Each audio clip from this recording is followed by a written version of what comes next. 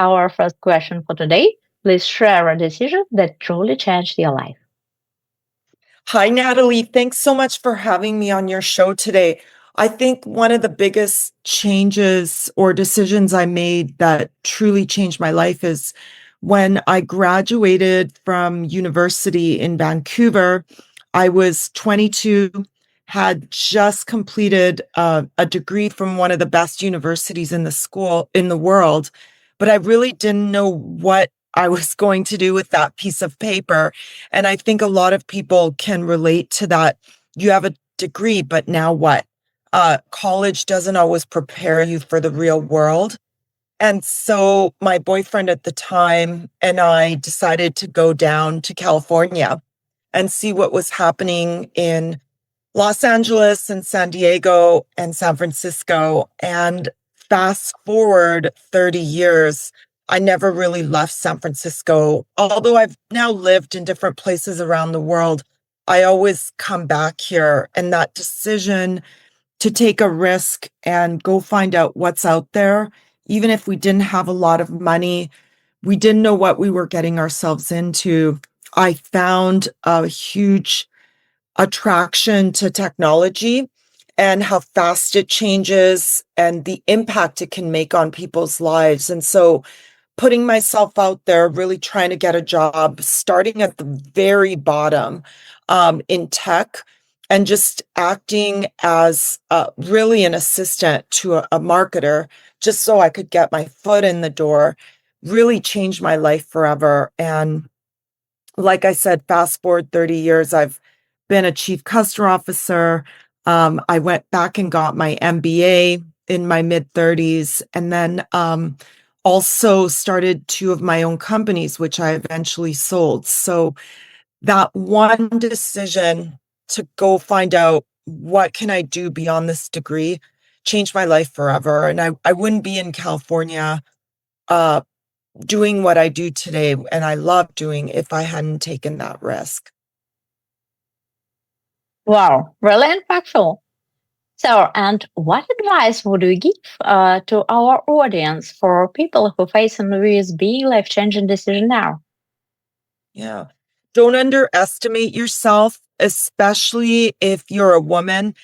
Studies show that women typically will, when they're asked for what is your salary range or how much do you charge an hour or how much are you going to charge for this project, they typically will charge 30% less than men.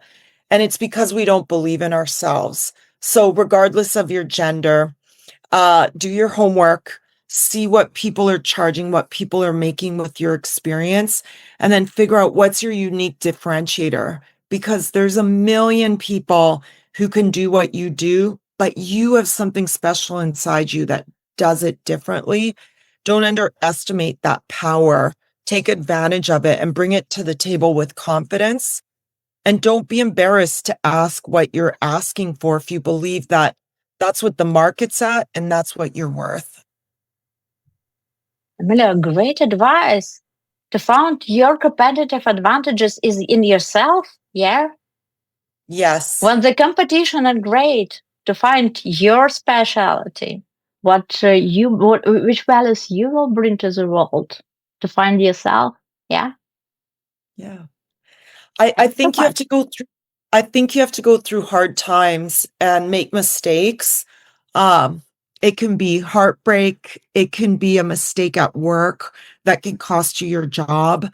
It can be a rash decision, but as long as you're learning from those experiences and not repeating them, will really help you in these kind of situations. Yeah. Our experience and our mistakes, it's our capital. Yeah. Absolutely. Natalie, too often people give up after they make a mistake. They are too afraid to try again. And success story after success story, you see that the people who made it tried that recipe 100 times or tried that move, that kick, whatever, so many times before they finally got the right shot. And the majority of people quit. They're too embarrassed They think they're not good at enough and they're their hardest critic. If they would have just tried one more time and another time and another time, those are the people who make it in life. Yeah, exactly. Yes. So, thanks so much.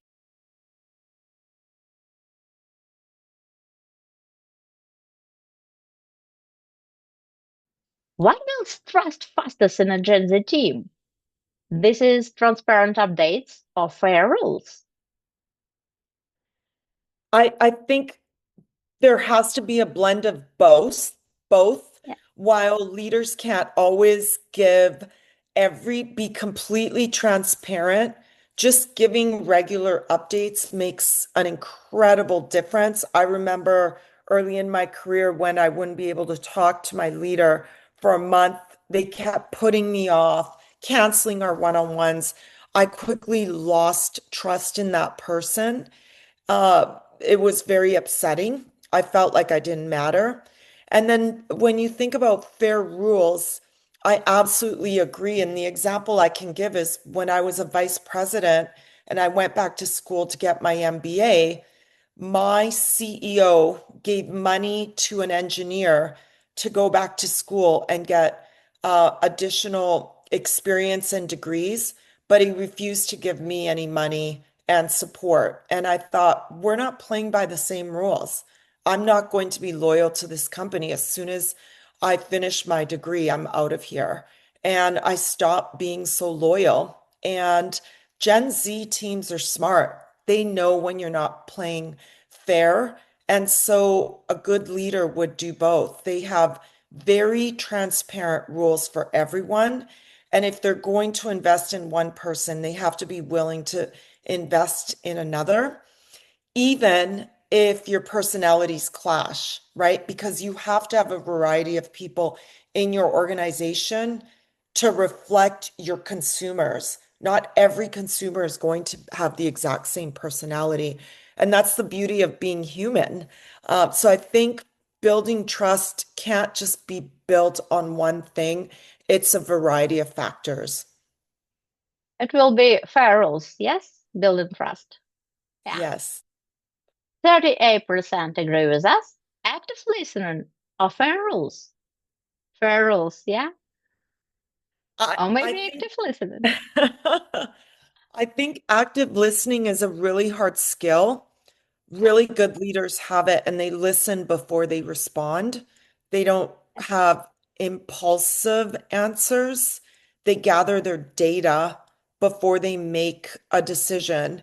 But I agree, fair rules is incredibly important. Um, you just think of the political climate right now, and there are a lot of rules that are not fair. So I think at the end of the day, that is important. 59% support us. So, Great. peer support. Teammates pick me up when I risk. Or fair rules. I probably will stick to the fair rules, and the reason is sometimes to really be successful, your peers may not support you, but if you believe in it and you've done some testing, you have data to back you up, and you're going to go out on a limb, that's what's going to help you stand out in the crowd. And often you don't have peer support for that. People will make fun of you for being different, for trying something different. So at the end of the day, I think the fair rules would trump over peer support. 52%. Respect in conflict. Debate ideas but not people. Or fair rules still. You have to have respect in conflict. To personally attack people, I think is wrong. I think it's the wrong approach. And you lose your best leaders when you attack them publicly and you don't stick to the business situation. Uh, I love the quote where you praise publicly, but then you criticize privately. So if there's a problem, before you go make assumptions and, bring this up in a public setting, talk to that person privately, find out what's going on, And really, fair rules includes respect and conflict because, yeah, you have to set a foundation for what does good communication and debate look like. And everyone has to agree to that before you can have conflict in a respectful way. Yeah, fair rules. Sure. Mhm. 61%. Consistent action. Consistency beat motivation and beat everything. Of fair rules. It's hard decision. It's really hard to choose.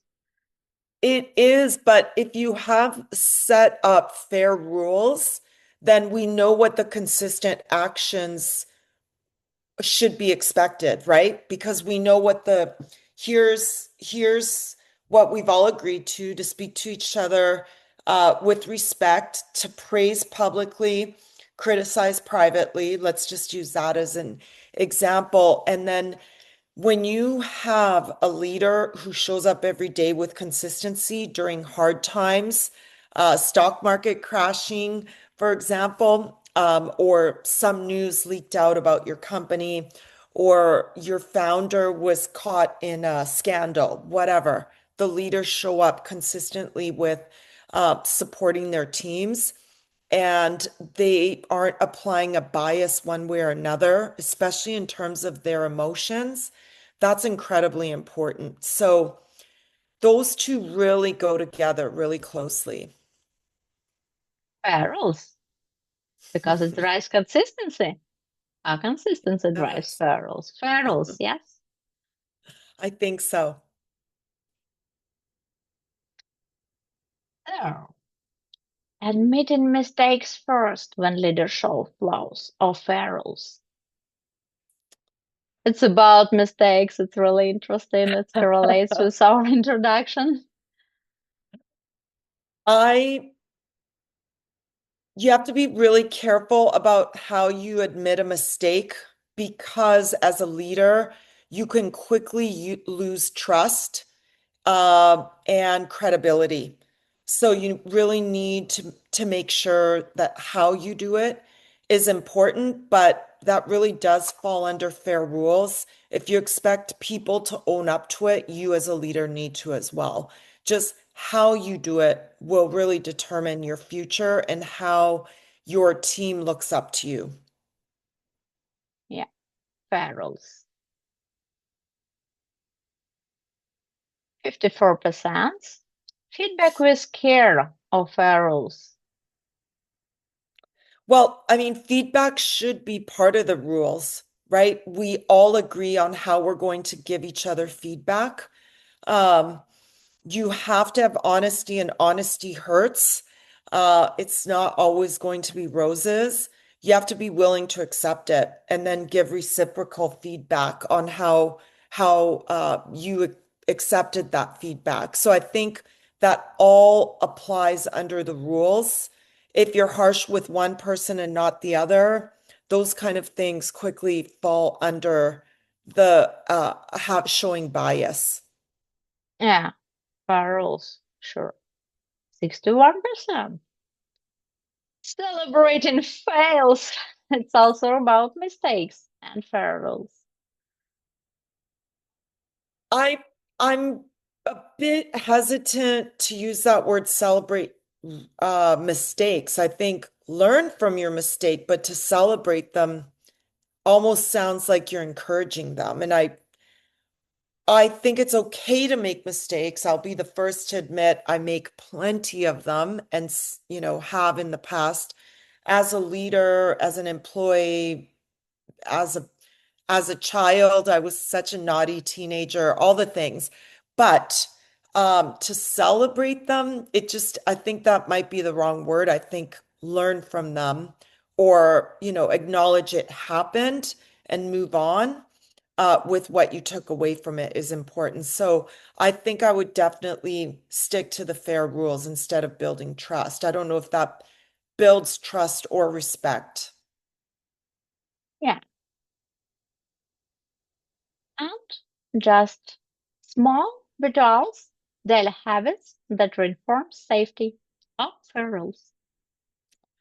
Small rituals are so important. I just think of scrum masters and people who work in those daily habit groups where you stand up for 15 minutes every day and talk about what you accomplished yesterday, what you're struggling with, and what you're going to accomplish today, holds people accountable. And that can fall under the FAIR rules.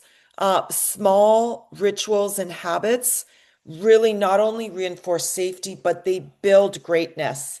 If you just think of you exercise every day for 30 minutes, think of what's going to happen at the end of the year if you do that instead of sitting in front of a TV watching people you wish you looked like.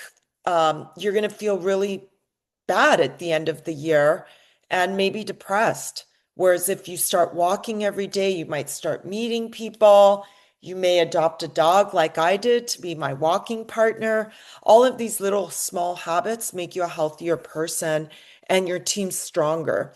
So I think that's has to fall under the FAIR rules that, what are the rituals and habits we're going to adhere to every day? Like showing up at 9 a.m. every day, being on time on meetings, those kind of things are really important.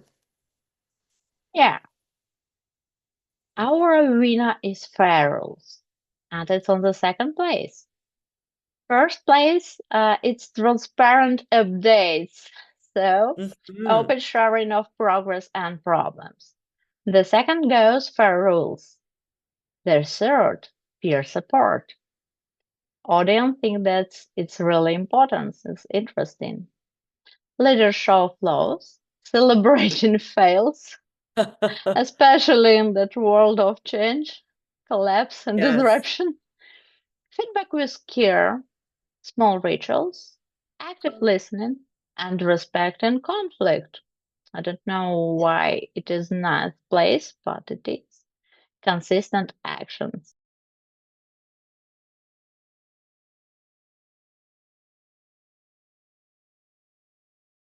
So, what matters most for Gen Z in teamwork? It is safe space of freedom with clarity. I think freedom with clarity. And I think of so I have a 19-year-old daughter. She goes to college and she works part-time. And I think that freedom with clarity is really important to her. She can act, but she really appreciates the people who give her direction in her company that she does social marketing for. She wants direction, but she doesn't want to be told how to do it. So I would say freedom with clarity. Yeah. Interesting. So people like the other one more. Yeah. So, visible impact of freedom with clarity. People like visible impact. They want to be applauded and they want to know that they're doing a good job. Who doesn't like to feel good? I think that's important. Yeah. Visible impact, our choice. 48% agree with us. Visible impact or clear goals and roles. I feel you need clear goals and roles so you know what's expected, and then you can have liberty to get it done how you feel comfortable. I think I'd have to go with the right clear goals and roles. Yeah. 51% agree with us. Empathy in action or clear goals and roles. I mean, based on the last one, I would guess empathy in action is really important to Gen Z, but I do think the clear goals and roles is still very important, especially when you're starting your career. Yeah. Knowing exactly what expected from it's really, really important. Hmm. Recognition, when you know your contribution and it is noticed and valued, or clear goals and roles. Well, especially today with this hybrid world we now live in where people aren't expected to go to work every day, at least where I live. I think recognition is so important, especially when people feel really lonely working at home and they're alone. Sometimes on small teams, you see this reduction, more emphasis on AI. Recognition has to be really important right now for Gen Z. Recognition. Yeah. Recognition or shared purpose. Shared purpose. We as humans long for community and belonging to a purpose that's beyond ourselves. And so if we know what the team's working towards and what our role is, it's incredibly important. So I would say shared purpose. Yeah. Respectful conflict or shared purpose. I think respectful conflict is a skill that a lot of people need to learn. Um, Uh, and often the first time they're going through it is at work, past, the parent thing in your teen years. So I think that would be really important right now for Gen Z to learn. yeah, respectful conflict. It's hard. It's a really skill need to learn and especially practice. Yeah, Hmm. 47%. Respectful conflict or open trust. Open trust. We saw that with the last quiz. It looked like it was number one. So I think open trust is really important. Yeah, our vote is open trust. 57%. Wow, we are on the 1, 2, 3, 4, 5, fifth place. So, Amazing. Hmm. yeah, the first is safe space. The second is visible impact. It's really important for Gen Z. The third, shared purpose, clear goals and rules, and open trust.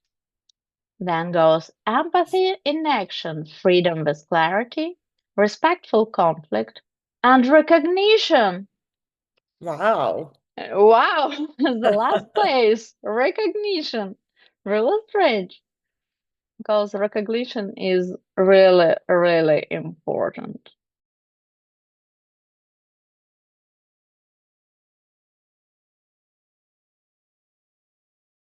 It Hmm. what gives Gen Z meaning at work. So, purpose fit or human impact. Oh, those two are so closely aligned. I mean, they're so similar, but I think purpose and fit at the end of the day is really important. If you don't feel you fit in, no matter how much good the company's doing, if you don't understand the purpose for yourself, then you don't want to be there. So I think purpose fit. Purpose fit. Purpose fit. Or legacy thinking. I still think purpose fit, especially if you're starting your career, you're just getting your foot in the door. That's really important to you. I think I started thinking about legacy further down in my career and life after I had children. Oh, yeah. Purpose fit. Or recognition. Well, based on the last one, recognition came last, so I'm guessing purpose fit will still trump recognition. Yeah. 68%. Great result. Purpose fit. Or personal growth. Constant learning. I think personal growth because you're contributing, you feel good about what you're contributing, so there's a purpose there. But then Gen Z, and I think all humans who are curious, want to continuously learn. I'm always taking a class. I think I just am one of those people I love learning, that I think it would be personal growth. 39%. Interesting. Interesting. Clear bigger why. When connecting Yes. tasks to big goals, feel big, think big, and also our personal growth. Clear, bigger why. I think that's really important. It is growth. It is personal growth, the big why. Yeah, the reason and motivation to personal growth, exactly. Clear bigger why or team wins. Oh, that's a tough one. Let's do team wins. I think celebrating as a community is really important. Yes. And it goes into the bigger why, but I think it's really important not to forget the team wins and celebrating them. Yeah. Little team wins go into bigger why. 34% agree with us. Symbolic reminders or team wins. Uh, let's do symbolic reminders. I think it is really important that we have a purpose and that we're constantly reminded of it. Otherwise, we go in this rat race. We forget why are we coming to work every day? Mhm. 63%. Symbolic reminders or shared stories.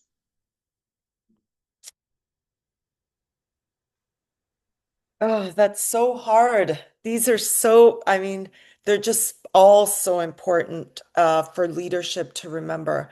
I think I'll stick with symbolic reminders because it gives you a purpose. Yeah, and inspiration. Symbolic reminders of visible results. I think I like seeing results and I'm drawn to visuals, so I'll go with vi visible results, being transparent with like what is my work accumulating, what is the outcome. Yeah. So, our winner is visible results. All right. And first is, yeah, Yes. align with the team purpose fit in the first place. And the second goes human impact, knowing about values and who my work helps. Our third place, fourth place, symbolic reminders. Yeah. Clear bigger why, personal growth, legacy thinking, recognition, team wins. Wow. So Mm. team wins is really important, but goes on the ninth place. And shared stories. So here are the results of our votes now. Emilia, thank you. Great thanks for inspiring interview about leadership. It was very insightful. Thanks so much. Thanks for having me, Natalie.